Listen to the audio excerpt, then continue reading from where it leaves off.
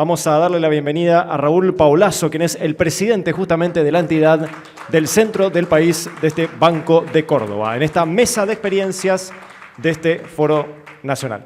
Bueno, hola, ¿cómo les va? Muchas gracias a todos por estar acá. Germán, muchísimas gracias por este congreso fantástico en el cual estamos escuchando todo esto tan interesante sobre tecnología, innovación, transformación. Me pidieron que hablase de un proceso de transformación profunda que estamos encarando en el Banco de la provincia de Córdoba, en Bancor, que, como todos sabrán, en diciembre del año 2023 se produjo un abrupto cambio de las reglas de juego del sistema financiero. Se terminó un periodo de relativa comodidad en la cual los bancos se limitaban a captar depósitos en plazos fijos y luego colocarlos en títulos públicos, ya sea del Tesoro o del Banco Central.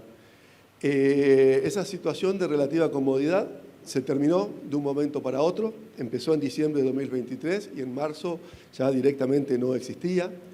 Esta baja, eso fue acompañado con una baja importante de la inflación, una baja importante de las tasas, los spreads se redujeron a una mínima expresión, con lo cual los bancos nos encontramos de un momento para otro con la necesidad de empezar a trabajar nuevamente como bancos.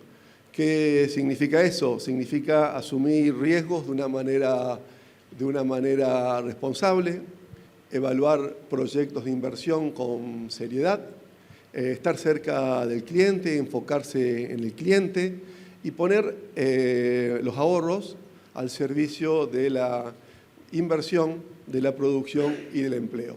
Todo eso de golpe, de un momento para el otro, en bancos que, como el Banco de la provincia de Córdoba, no estaba suficientemente preparado para esa competencia feroz que se desató entre bancos entre sí y entre los bancos con la fintech, como contaba recién Daniel Liga, con esa asimetría de regulación importante que entre los bancos y la fintech. Un ejemplo clarísimo, hasta hace poco, estas fintech vendían dólares, ¿sí? Pero después, claro, quedaban depositados en una cuenta y de esa cuenta se transfería a los distintos bancos, como el Banco de Córdoba, y el que entregaba los dólares era el Banco de la provincia de Córdoba. O sea que el que pagaba el transporte de los caudales desde la ciudad de Buenos Aires a Córdoba era el banco. O sea, el Banco de Córdoba, por ejemplo, y el resto de los bancos nos pasaba todo lo mismo, corría con el costo y el beneficio se lo llevaban estas tarjetas, estas billeteras digitales.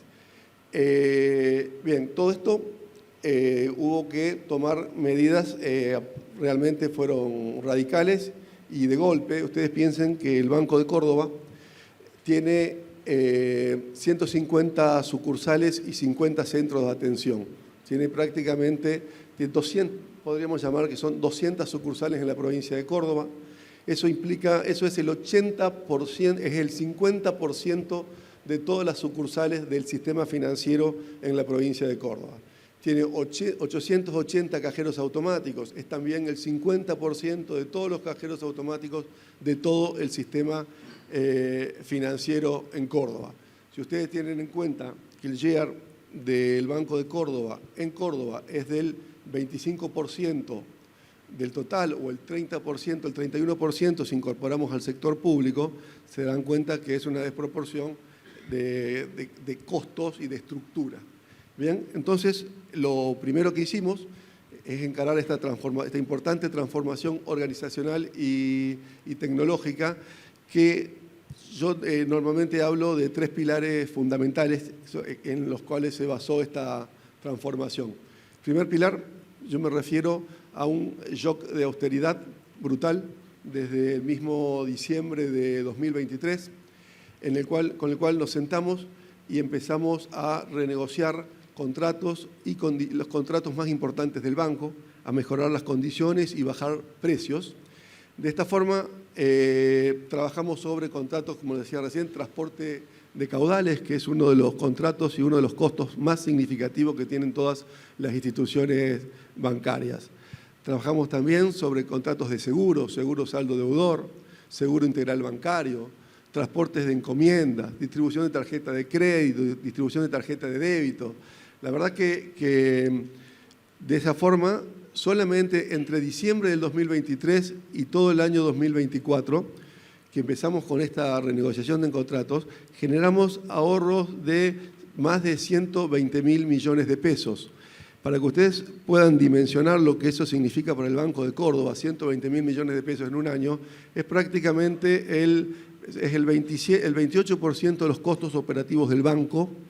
Es el 28% de los costos operativos del banco, y a su vez tengan en cuenta que nosotros en el año 2024 las utilidades del banco fueron de 100.000 millones de pesos. O sea, imaginen con esos datos solamente el brutal shock de austeridad en el cual trabajamos.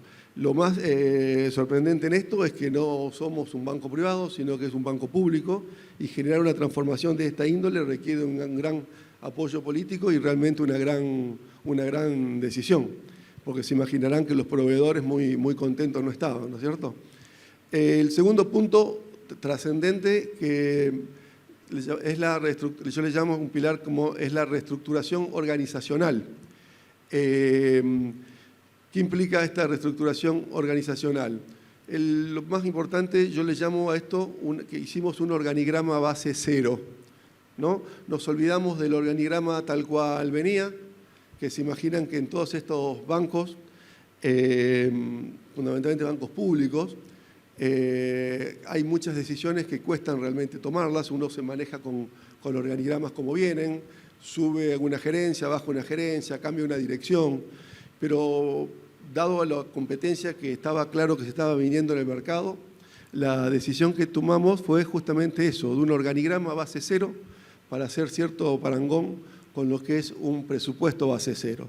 Nos sentamos y de cero nos olvidamos por completo de cómo venía y dijimos qué necesita un banco, ¿sí? Entonces, así como teníamos 7 subgerencias generales, pasamos a tener las subgerencias, las denominamos direcciones en adelante, y pasamos a tener 5 direcciones: administración, finanzas, comercial, riesgo y tecnología, y ahí se terminó. Próximo paso, dijimos cuántas gerencias es razonable que administre cada dirección. La conclusión fue que lo óptimo eran 4, así que fueron simplemente 4 gerencias debajo de cada dirección, y después hicimos lo mismo debajo de cada gerencia. ¿Cuántas le llamamos líderes de equipo? ¿Cuántos líderes deberían tener? 4. Entonces, para que ustedes se imaginen, de esta forma, solamente en casa matriz de Bancor se eliminaron 290 gerencias y subgerencias, solo en casa matriz, hasta acá sin hablar todavía de ninguna sucursal, ¿sí? Esto es de esta forma pasamos de tener un organigrama rígido y vertical a un organigrama muy flexible y horizontal, enfocado al cliente. Un paso posterior, y justamente como complemento de este organigrama, decidimos adoptar la metodología que todo el mundo, que yo creo que ya conocen, que es la metodología Agile, la metodología ágil, que es la forma en la que trabajan todas las empresas tecnológicas del mundo se manejan de esta forma. ¿Qué implica esta metodología Agile? Implica armar equipos interdisciplinarios dentro del banco, son como pequeñas empresas dentro del banco que empiezan y terminan un producto, ¿sí?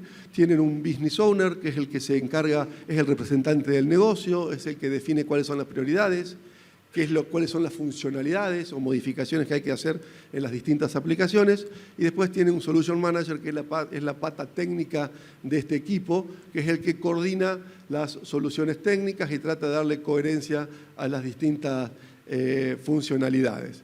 De esta forma, en el banco creamos, se le llama tribus a estos equipos, generamos 7 tribus de inversiones, tribus de medios de pago, de omnicanalidad, de cash management, comercio exterior. Entonces, de esta forma hemos alineado estos productos, o sea, de estas tribus salen los productos del banco, que tienen que estar alineados con las áreas comerciales del banco. ¿Cuáles son las áreas comerciales del banco?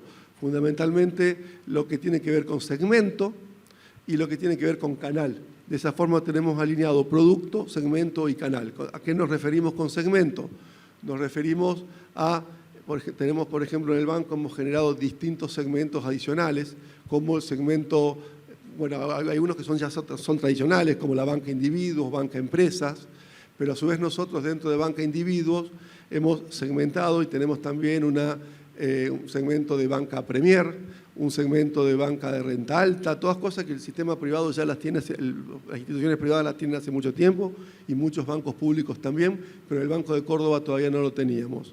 En la banca empresa, por ejemplo, hemos generado un segmento de agronegocios, hemos generado también segmentos de comercio exterior, todo esto para focalizarnos especialmente en los clientes. Pero hasta acá definimos las estructuras, cómo iba a ser el organigrama, y dentro del organigrama quedaba lo que yo les comenté, por un lado segmento y por el otro lado canal, y todo lo que tiene que ver con la elaboración del producto quedaba en las tribus. Pero hasta acá sin nombres y apellidos, porque ¿qué es lo que hemos hecho? Ya me estoy quedando sin tiempo, bueno, no sé cómo, trato de abreviar. Hasta acá definimos, hasta acá todo esto, porque fundamentalmente para poder hacer esto que estábamos haciendo, había que olvidarse por completo de los nombres y apellidos que ocupaban cada una de estas direcciones, cada una de estas gerencias, cada uno de estos líderes. Imagínense que estábamos hablando de más de, si se eliminaron 290 y si hay 100 más, imagínense que el banco tenía prácticamente 390.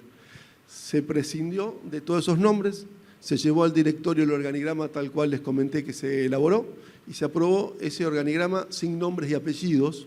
Y después, después venía el proceso de asignación de cargos.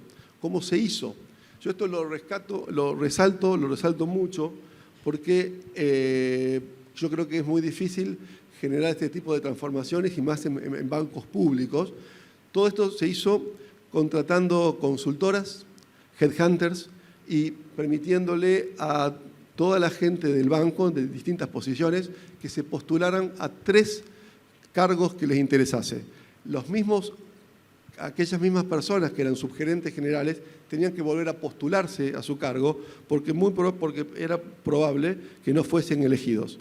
De esta forma se hizo una asignación objetiva, transparente y se asignaron los cargos. De esta forma,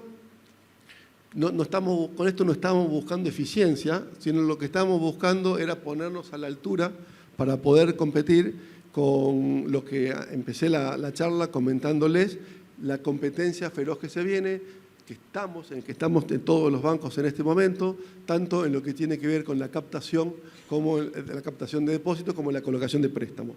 Bueno, yo creo que se me está haciendo el tiempo, así que les voy a hablar solamente muy poquitito sobre el último pilar, que probablemente sea en el cual debería explayarme un poquitito más, porque es el que más tiene que ver con innovación, con tecnología y demás, que es un pilar el cual yo le denomino soberanía tecnológica. ¿Qué nos pasaba a muchísimos bancos que no somos bancos nativos, como estos bancos digitales nativos, como Revolut, Nubank, Mercado Pago y demás? Veníamos con muchísimos de nuestros bancos, éramos prácticamente rehenes de nuestros proveedores muy, muy importantes y tienen un gran control sobre nuestra infraestructura crítica y a su vez gran parte de nuestras decisiones estratégicas están condicionadas por prioridades comerciales de cada una de estas empresas.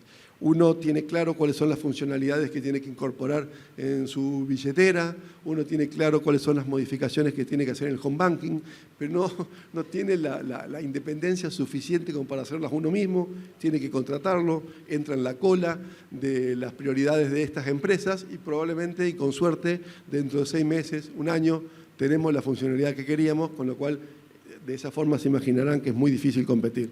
Entonces trabajamos fundamentalmente en ese punto, incorporando muchos ingenieros expertos del mercado, trabajando fundamentalmente con esta metodología Agile y bueno, hasta hace muy poquito hicimos el lanzamiento de nuestra billetera digital, que fue uno de los primeros productos de esta nueva gestión.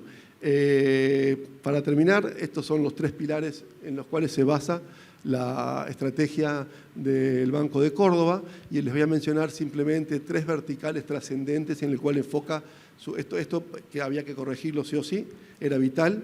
Y en cuanto a la estrategia les voy a comentar tres verticales que las dividimos, que muy probablemente el resto de los bancos esté en lo mismo. Una primera vertical, está bien, gracias. Una primera vertical tiene que ver con la digitalización y autoatención de nuestros clientes, como bueno, ya no es la primera exposición en este congreso, con lo cual ya habrán escuchado mucho del tema. Otro segundo punto que es muy importante es la transaccionalidad y principalidad, ¿sí? ¿Eso qué implica? Implica fondearse, es conseguir fondos transaccionales. ¿Cuál es la trascendencia de los fondos transaccionales? Y que es una forma de fondearse barata, ¿no? La forma, vos te fondeás con plazos fijos o con fondos transaccionales. Bueno, hay que trabajar en la transaccionalidad y hay que trabajar, y para lograr esa transaccionalidad uno tiene que lograr la principalidad. ¿Qué implica la principalidad? Ser el cliente, que el banco ser el principal banco de nuestros clientes. Y un tercer punto que creo que es trascendente y en este caso se extiende a casi todos los bancos públicos, y que yo pago este ejemplo. Así como Mercado Pago tiene Mercado Libre, cada uno de nosotros como banco público tenemos el ecosistema público con el cual deberemos trabajar y generar una importante reciprocidad. Bueno, ya me avisaron bastante que se me terminó el tiempo, así que lo voy a dejar. Muchísimas gracias por venir.